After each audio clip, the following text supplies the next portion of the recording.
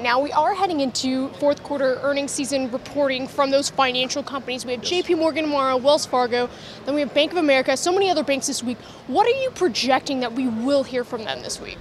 Well, I think as it relates to Citibank and Bank of America, two of the banks, they had pretty weak fourth quarter earnings a year ago, so their numbers will look very good. I think we're going to hear from the banks two things. One is that they have good positive earnings. Of course, JPMorgan, they're going to talk a little bit about how all the fines that they've had to pay and how that's dampening earnings. But I think we're also going to talk about we're going to hear from them their assessments of what the interest rate environment is going to look like in 2014 and beyond. A lot of people have been saying that the banks will be hurt by rising interest rates. In taking that in context, in a nutshell, that's true. But it depends on how the interest rates do rise in the yield curve and if it steepens. The Fed has already said they're going to keep short-term rates anchored at zero. So if the longer end of the curve continues to steepen, it's not going to be enough. It's not going to be as high as traditional interest rates anyway.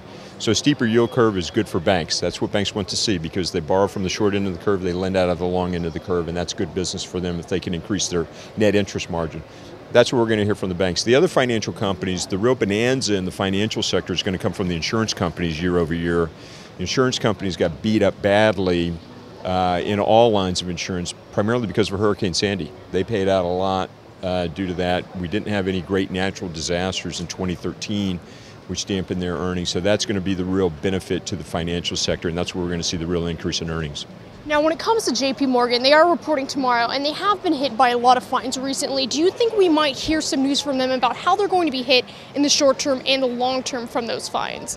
Yeah, absolutely, and I'm sure they'll be signaling to investors and analysts and traders alike what they see for the future. Will the extortionist practices of the regulators come to an end sometime in 2014? It seems like every time they get rid of one problem, another one crops up that they end up paying a fine on, whether it's through an acquisition of Bear Stearns or one of the other companies that they took over during the midst of the financial crisis. At some point, that's got to come to an end. JPMorgan is such an interesting company. I mean, it's the largest financial conglomerate at this point. It has far-flung businesses and far-flung enterprises, very diversified in the financial services sector, and that's been good for them to be able to weather the storm with all the fines that have come down from the regulators and the authorities. So we'll absolutely hear something from them. We should hear something from them about that, where they see that ending. And if they don't, then how much more they're going to have to pay out for this year and beyond. Now, when it comes to the Fed taper, they did announce last month that they would scale back to $75 billion a month. How do you think that Fed decision is going to impact the banks in the first quarter from January to March now?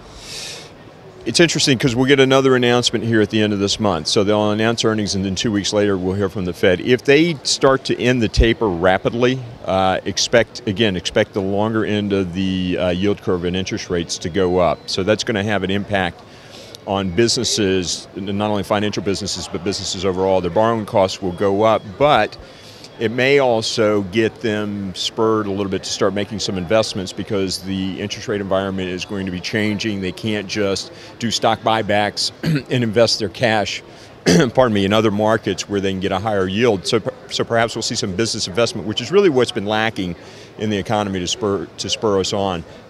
From the bank standpoint, I certainly think that a taper pulling back out of that, they won't have as much money to go and invest in other activities, whether it's mutual bonds or other capital markets around the world. So they'll have to get back to more traditional earning activities such as lending money. So I think the Fed knows that, and they'll start tapering pretty rapidly just to unclog the pipe a little bit and get the economy moving even more so.